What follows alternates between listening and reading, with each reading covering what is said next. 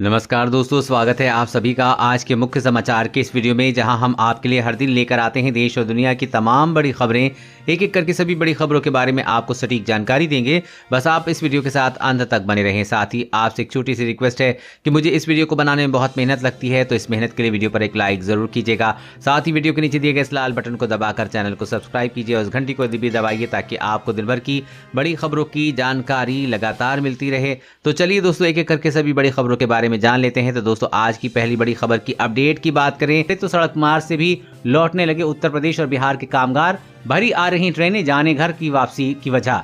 देश में कोरोना की दूसरी लहर से घबराए संकट के बीच महाराष्ट्र, गुजरात समेत कई राज्यों से बड़ी संख्या में कामगार उत्तर प्रदेश और बिहार लौट रहे हैं। उत्तर प्रदेश में कई रेलवे स्टेशनों पर ट्रेनों से बड़ी संख्या में लोग पहुंच रहे हैं। यानी कि यही नहीं, महाराष्ट्र से सटे मध्य प्रदेश के इलाकों से लोगों के सड़क मार्ग से भी लौटने की खबरें हैं। लोगों का कहना है कि ट्रेनें भरी होने के चलते श्रमिक वाहनों से घर लौट रहे। मायानगरी, मुंबई से आने वाले ट्रेनें इन फुल हैं। महानगरों में कामगारों की वापसी के पीछे बड़ी वजह है कोरोना की दूसरी लहर के कारण लगने वाला लॉकडाउन की आशंका को बताया जा रहा है। देश के कई राज्यों में जल्द ही संपूर्ण लॉकडाउन लगाया जा सकता है, जिसके चलते भारी संख्या में मजबूर घर लौट रहे हैं। और अगली बड़ी खबर की बात करें तो खाप पंचायत का तुगलकी फरमान, लड़कियों के जीन्स और लड़कों के हाफ पैंट पहनने पर लगाई पाबंदी। जी हां, उत्तर प्रदेश के मुजफ्फरनगर जिले की एक खाप पंचायत ने महिलाओं की जीन्स पहनने और पुरुषों के शॉर्ट्स पहनने पर पाबंदी लगा दी है। खाप ने कहा है कि परिधान पश्चिमी संस्कृति का हिस्सा है और महिलाओं को साड़ी, घाघरा तथा सलवार कमीज जैसे पारंपरिक भारतीय वस्त्र पहनने चाहिए। राजपूत समाज की पंचायत ने एक चेतावनी भी दी है कि इस फतवे का जो लोग उल्लंघन करते पाए जाएंगे उन्हें दंडित किया जाएगा और उन्हें बहिष्कृत किया जा सकता है। सिंह ने कहा कि आदेश का उल्लंघन करते हैं तो कोई भी पाया गया तो उसे दंडित किया जाएगा और समुदाय से उसे बहिष्कृत कर दिया जाएगा। खाप पंचायत ने उत्तर प्रदेश में आगामी पंचायत चुनाव में अनुसूचित जाति और पिछड़े वर्ग को आरक्षण देने के राज्य सरकार के फैसले का भी विरोध किया है। सिंह ने कहा कि खाप ने इस फैसले पर चिंता प्रकट की और इसकी निंदा करती है। दोस्तों, पंचायत के ऐसे फैसले पर आपकी क्या राय है, नीचे कमेंट करके जरूर बताइएगा। और अगली बड़ी खबर की बात करें तो अब गाड़ी चालान कटने पर नहीं देने होंगे पैसे, जानिए नया ट्रैफिक नियम। जी हाँ, वाहन चालकों के लिए अब अच्छी खबर है। अब अगर ट्रैफिक पुलिस ने चालान काट दिया है तो पैसे नहीं देने होंगे। ट्रैफिक नियमों का पालन करना जरूरी है। नए मोटर व्हीकल्स के मुताबिक RC, insurance certificate, pollution, driving licence और परमिट सर्टिफिकेट नहीं दिखाने पर जुर्म का प्रावधान है। अगर पुलिस को डॉक्यूमेंट तत्काल नहीं दिखाने पर अब चालान कट जाए तो उसे अदालत में जाकर रद्द करवा सकते हैं। ऐसे में चालकों को जुर्माने की रकम देनी नहीं होगी। नए मोटर व्हीकल एक्ट की धारा 139 के मुताबिक वाहन चालक के पास डॉक्यूमेंट पेश के लिए 15 दिन का समय होता है। ट्रैफिक पुलिस तत्काल चालान नहीं काट सकती। अगर ट्रैफिक पुलिस चालान काटती है तो जरूर नहीं है कि चालान भरना ही होगा। ट्रैफिक पुलिस के चालान को कोर्ट में चुनौती दी जा सकती है। नियमों के अनुसार 4 साल से ज्यादा आयु का बच्चा तीसरी सवारी माना जाएगा। मोटर वाहन अधिनियम की धारा 1941 के मुताबिक इस नियम का उल्लंघन करने पर 1000 रुपए का जुर्माना लगता है। और अगली बड़ी खबर की बात करें तो यूपी, असम, मध्य प्रदेश और छत्तीसगढ़ के बाद अब बिहार में भी 18 साल से ऊपर के लोगों को लगेगा फ्री टीका। जी हां, उत्तर प्रदेश, असम, मध्य प्रदेश और छत्तीसगढ़ के बाद बिहार सरकार ने भी आगामी 1 मई से 18 साल और उससे अधिक उम्र के लोगों को फ्री कोरोना टीका लगाने का निर्णय लिया है। मुख्यमंत्री नीतीश कुमार ने खुद इसकी जानकारी दी है। बता दें कि भाजपा शासित कई राज्य सरकारों ने कोरोना वैक्सीन को लेकर ये फैसला लिया है। बिहार को लेकर अब 5 राज्य ऐसे हो गए हैं जहां पर 18 साल के ऊपर के लोगों को फ्री टीका लगाने का ऐलान किया गया है। वहीं आपको बता दें कि बाकी राज्यों में 18 साल से ऊपर के लोगों को कोरोना टीका लगवाने के लिए प्रति डोज 400 रुपए देने होंगे और प्राइवेट अस्पतालों में प्रति डोज के लिए 600 रुपए चुकाने होंगे। और अगली बड़ी खबर की बात करें तो इफ्को ने बढ़ाई खाद की कीमतें, किसानों की लागत बढ़ने की आशंका। जी हां, कोरोना के इस दौर में किसानों की लागत बढ़ने वाली है। हाल ही के दिनों में कच्चे माल की अंतर्राष्ट्रीय कीमतों में देश में फर्टिलाइजर के दामों में भारी बढ़ोतरी है। देश के सबसे बड़े उर्वरक निर्माता इफ्को ने गैर यूरिया उर्वरकों की कीमत में 58% तक बढ़ोतरी कर दी है। नई दरों के मुताबिक अब डीएपी की 50 किलोग्राम की बोरी 1200 रुपए के बजाय 1900 रुपए में मिलेगी। इसी तरह एनपीके की नई कीमत 1500 से 1800 रुपए प्रति बोरी होगी। इसमें पहले मुकाबले 50% वृद्धि हुई। इसी तरह दूसरी कंपनियों ने भी उर्वरक की कीमतों में वृद्धि का ऐलान किया। हालांकि इफ्को ने बताया है कि अभी बढ़ी हुई कीमतों पर उर्वरक नहीं बिकेंगे।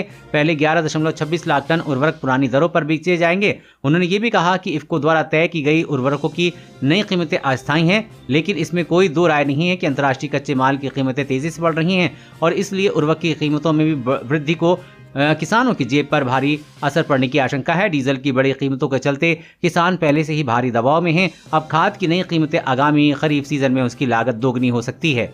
और अगली बड़ी खबर की बात करें तो अपनी गाड़ी पर नेम प्लेट लगाया तो हटा लें, सरकार की सख्ती, भारी जुर्माना। जी हां, सरकार ने प्राइवेट गाड़ियों पर किसी तरह के बोर्ड तथा नेम प्लेट लगाने को पूरी तरह से गैर कानूनी करार दिया है। ऐसा होने पर गाड़ी मालिक के खिलाफ कानूनी कार्रवाई करते हुए दंड लगाया जाएगा। परिवहन विभाग ने इससे संबंधित अधिसूचना जारी कर दी है। अधिसूचना के अनुसार सभी सरकारी गाड़ियों पर एक ही आकार के बोर्ड लगे होंगे और इनका रंग अलग अलग होगा। विधायिका से जुड़े लोगों के लिए हरा रंग, न्यायपालिका, वैधानिक आयोग, कार्यपालिका के साथ साथ केंद्रीय कार्यालयों के बोर्ड लाल रंग के होंगे, जबकि विधि व्यवस्था संधारण प्राधिकरण व प्रवर्तन अधिकारी की गाड़ियों का पर नीले रंग का बोर्ड होगा। सभी बोर्ड का आकार 6 इंच गुना 18 इंच होगा और इस पर सफेद रंग अथवा पीतल से अक्षर अंकित होंगे। वाहन के आगे बोर्ड को इस प्रकार से लगाना है कि नंबर प्लेट स्पष्ट तौर पर दिखता रहे।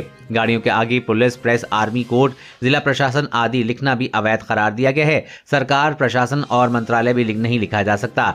सरकार की अधिसूचना के अनुसार अगर कोई नियमों का उल्लंघन करता है तो उस पर सख्त कार्रवाई होगी।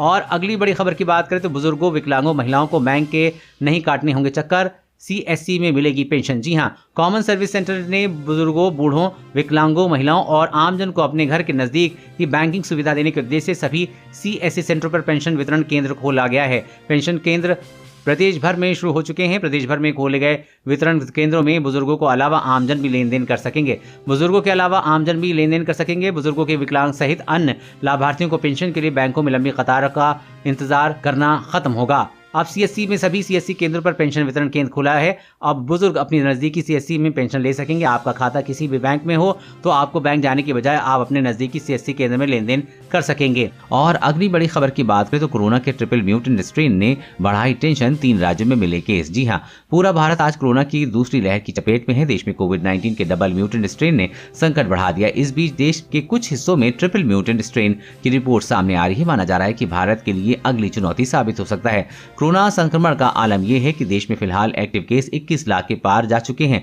म्यूटेशन उस समय होता है जब वायरस अपना स्वरूप बदलता है। उसका जितनी तेजी से म्यूटेशन होगा वह उतनी ही तेजी से फैलता है। भारत में डबल म्यूटेशन वाले वायरस के मामले में ऐसा हो चुका है।